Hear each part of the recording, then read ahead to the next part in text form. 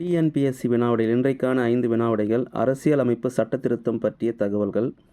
6வது அரசியல் சட்டத்திருத்தம் 1956ஆம் ஆண்டு மேற்கொள்ளப்பட்டது.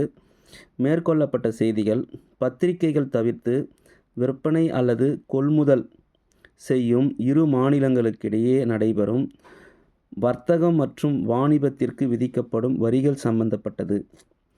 7வது அரசியல் சட்டத்திருத்தம் 1956இல் மேற்கொள்ளப்பட்டது.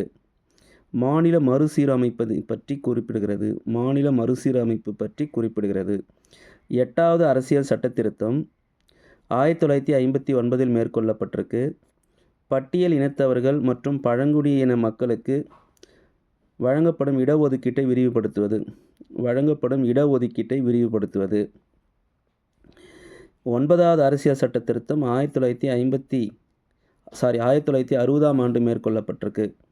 9வது அரசியல் சட்டத்திருத்தம் 1960ஆம் ஆண்டு மேற்கொள்ளப்பட்டிருக்கு.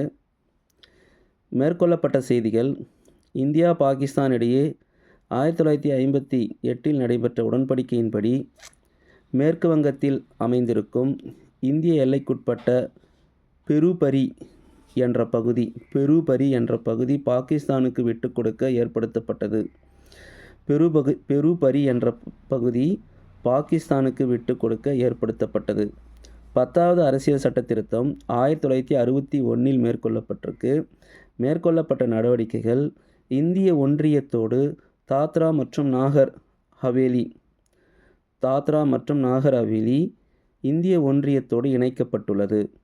இது போன்ற தகவல்களை தெரிந்து கொள்ள தொடர்ந்து நம்மளுடைய சேனலை சப்ஸ்கிரைப் பண்ணுங்கள், ஷேர் பண்ணுங்கள். தொடர்ந்து நோட்ஸ் எடுங்க.